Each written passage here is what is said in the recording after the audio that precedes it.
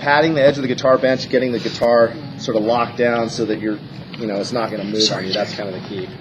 Okay, now holding it in your knees, it's hard to do. Listen up, all of you guys. This is one problem that Bill and myself we've really been trying to figure it out, and we're not getting it. We are not getting it. What happens is your binding is. Can I hold your guitar?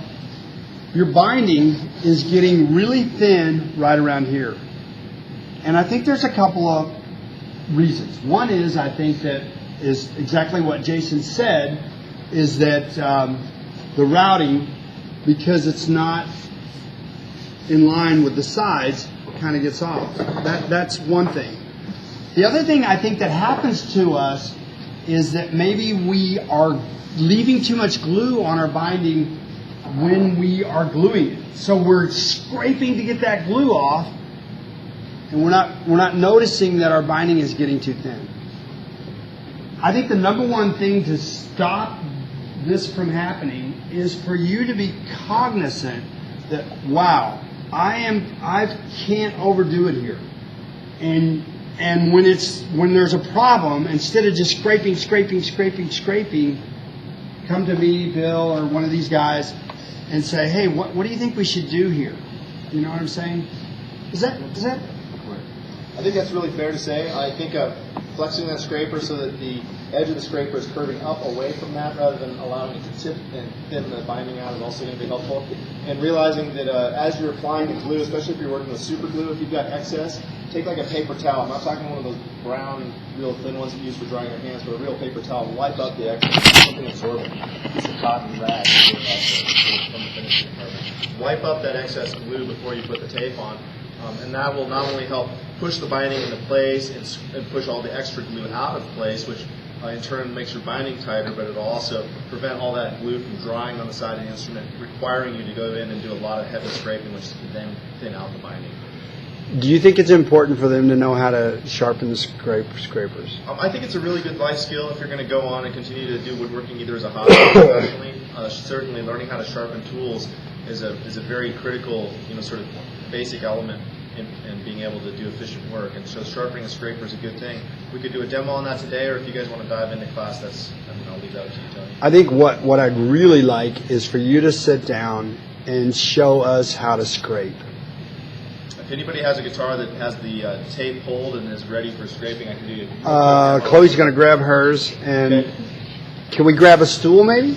Yeah, and I think, understanding too that you need some carpet to protect your guitar from the workbench is really critical stuff. Place there. Allow it to run it over the edge like that. And then grab a stool or something.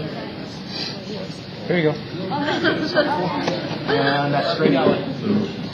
All right, so got the guitar. I'm watching out for the sharp edges here. I don't want to put any dings on it. And if I'm pulling towards myself, you can see I'm already flexing the scraper. And I'm really concentrating on trying to get that scraping motion to happen right at the edge of the guitar.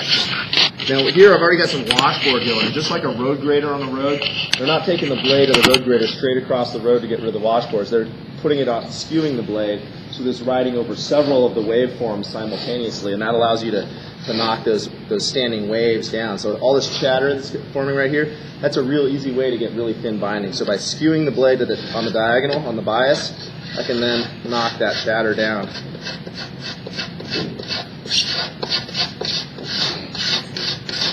And then we'll come back. Once we have the chatter knocked down, we'll come back and get all that cleaned up. Nice long motions. Helpful also. You can see I'm just gradually flexing that blade, and that concentrates that scraping force right where all that glue and the binding overhang is, and prevents me from rounding over excessively the binding. All right. Oh, you don't like that sound, huh? So the longer scrapes, right? Not just the 1 inch. Yeah, the shorter you go, the more likelihood you're going to have of creating all that chatter in the first place. Now you can also use the scraper if it's tuned well for scraping the sides of the instrument, not just the bindings, and you can eliminate 90% of the sanding that's necessary by doing that. See how I'm just choking up on everything here?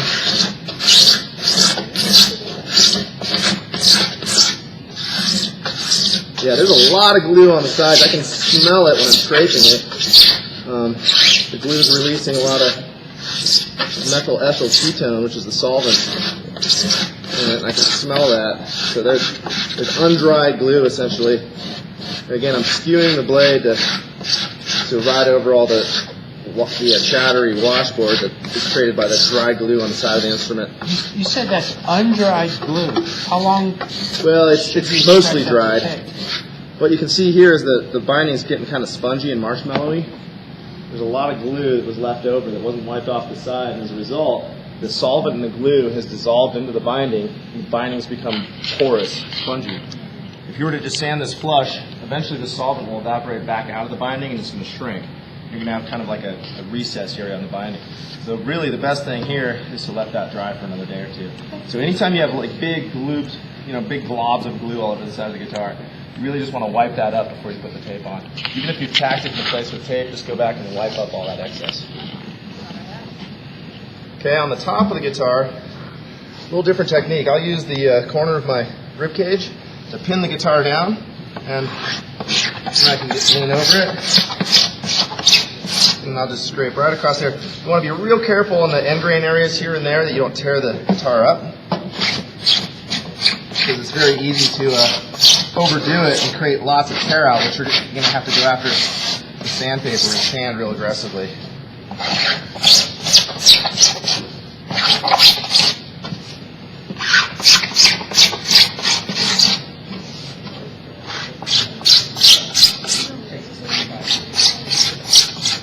Okay, so we're just going right to the edge. As soon as you see that shellac starting to go away, that's your indicator that you're about ready to stop. Okay, and then again, if you want to, you can use the scraper to remove a lot of that shellac and prepare the surface. When your scraper is nice and sharp, you're going to get these little curls like this. And that's a good indicator that you did a good job scraping or sharpening. Do the same thing on the back if you want, and this will eliminate like 90% of the sanding. So the surface finish, you guys, I'll let you feel this. Have a look at it. It's probably equivalent to like 180, almost 200 grit sandpaper already. Very little sanding needs to be done after this. And it took you like 2 minutes. I've had a little bit of practice. It's taken like everywhere. Yeah, I think one of our biggest problems Start with the is scraper first. Don't be afraid to lay into it a little bit. I think one of our problems is 1 and 2 inch scrapings, just barely scraping and creating a You gouge. guys want to feel this? You can feel that surface finish there. Yeah, it could save you a lot of sanding. So that's like this rubber.